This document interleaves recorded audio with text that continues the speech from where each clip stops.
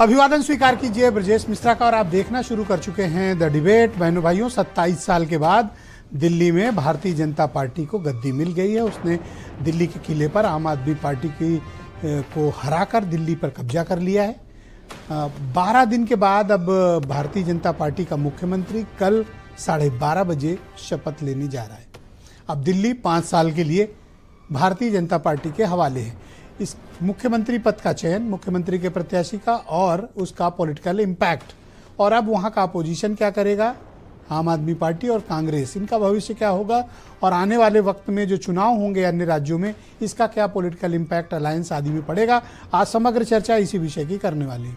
बहनों भाइयों, दिल्ली का मुख्यमंत्री पद का चयन अपने आप में भारतीय जनता पार्टी के लिए बड़ा पेचीदा विषय होता जा रहा है। बीजेपी चुनाव के पहले भी चीफ मिनिस्टर तय नहीं कर पाई थी और अब 12 दिन बीतने के बाद भी उसे मुख्यमंत्री नहीं मिल रहा है। आखिरकार आज सहमति बनाई, ऑलमोस्ट बन गई है। अब फॉर्मल अनाउंसमेंट भी थोड़ी देर में होने वाला है कि दिल्ली का मुख्यमंत्री कौन बनेगा। दिल्ली के मुख्यमंत्री के पद को लेकर भारतीय जनता पार्टी में जिस तरह की हलचल है, बीजेपी का जिस तरह का अपना आंतरिक चयन का तरीका है, उस पर भी हम आज चर्चा करेंगे। साथ ही इस विषय पर चर्चा करेंगे कि 27 साल के बाद जब बीजेपी अब लौट आई है तो सिर्फ राज्य सरकार में ही नहीं, एमसीडी में भी अब उसके पास बहुमत बन गया है। आने वाले वक्त में एमसीडी यानी म्युनिसिपल कॉरपोरेशन ऑफ दिल्ली, जो यूनिफाइड म्युनिसिपल कॉरपोरेशन है, न्यू दिल्ली म्युनिसिपल कॉरपोरेशन के अलावा बाकी तीनों का मिक्स्ड, उस पर भी बीजेपी, राज्य में भी बीजेपी। अब बीजेपी के पास दिल्ली में फुल फोर्स ताकत, अब एक या दो नहीं, ट्रिपल इंजन की सरकार दिल्ली में है। अब उम्मीद है कि भारतीय जनता पार्टी ने दिल्ली के नागरिकों से, दिल्ली के मतदाताओं से जो कुछ भी वायदे किए हैं उनको पूरा करने का वक्त आ गया है। 8 तारीख के परिणाम के बाद इतना वक्त वैसे लगना नहीं चाहिए था मुख्यमंत्री पद का चयन और सरकार के गठन में, क्योंकि दिल्ली के लोगों ने बड़ी उम्मीदों के साथ भारतीय जनता पार्टी को जीत प्रदान की है। 3 बार की शीला दीक्षित की सरकार और उसके बाद अरविंद केजरीवाल की सरकार, फिर फाइनली बीजेपी लौट पाई है। लेकिन बीजेपी की इस मायने में तारीफ भी करनी पड़ेगी कि जो लड़ने की जिजीविसा और जो फाइटिंग स्पिरिट बीजेपी के भीतर है, वही इस पार्टी को आज सत्ता के शिखर तक पहुंचाने में कामयाब हो गई। एक हमला हार गए, दूसरा हमला हार गए, ऐसे 6 हमले हारने के बाद 7वीं बार भी उतनी ही ताकत के साथ बीजेपी ने आम आदमी पार्टी का मुकाबला किया और किला जीतने में कामयाब हुई। यही बीजेपी की काबिलियत विपक्ष को दबाए रखने में और या विपक्ष को से सत्ता छीनने में उसे काबिल बनाती है। शायद विपक्ष को अभी बीजेपी के काम करने की शैली, ताकत का अंदाजा नहीं है। लेकिन इन 12 दिनों के भीतर बीजेपी में भी बड़ी कश्मकश चल रही है। हालांकि बीजेपी के बारे में कहा जाता है कि कोई भी कार्य बड़े चिंतनपूर्ण तरीके से करते हैं, लेकिन तमाम जगह चिंताओं से ज़्यादा गुटबाजी भी बहुत होती है। किसे बनाया जाए इसको लेकर सहमति भी बहुत आवश्यक होती है।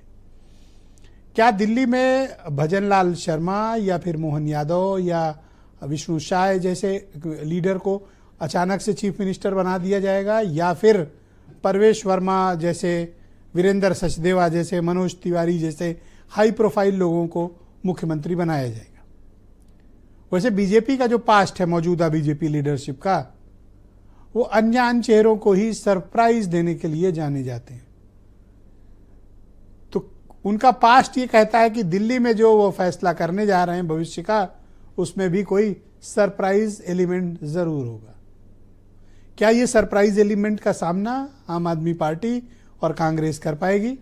और अब दिल्ली का मुस्तकबिल बीजेपी के हाथ में है। इंडिया अलायंस के बाकी पार्टनर्स में मतभेद हो गए हैं। अन्य राज्यों में क्या ये गठबंधन उतना कामयाब, इफेक्टिव होगा, या फिर जब 29 में चुनाव आएंगे उसके पहले संविधान और आरक्षण की दुहाई देते हुए ये गठबंधन फिर से सक्रिय होगा? आज समग्र चर्चा इसी विषय की। आप कुछ स्टेटमेंट सुने, फिर आज की डिबेट। पर्यवेक्षक हमारे दोनों अनाउंस हो गए हैं, वो आएंगे, बात करेंगे, उसके बाद आपको मुख्यमंत्री का नाम भी बताएंगे और सारी जानकारी देंगे।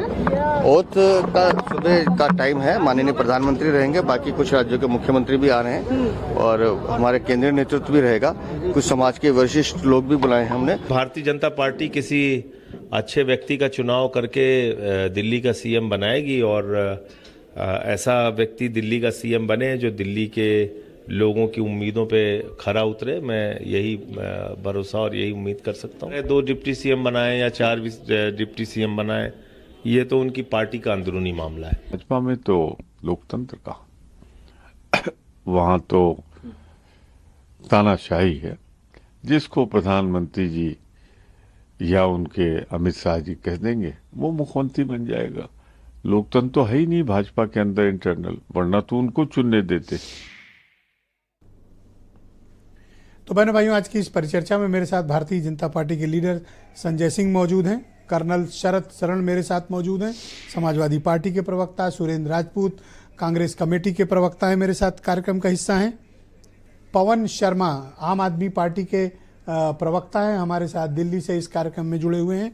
और नीलू रंजन जी बहुत ही जाने माने पत्रकार दिल्ली से हमें ज्वाइन कर रहे हैं। वीरेंद्र सिंह जी हमारे स्टेट हेड, स्वागत और धन्यवाद। संजय सिंह जी, कार्यक्रम की शुरुआत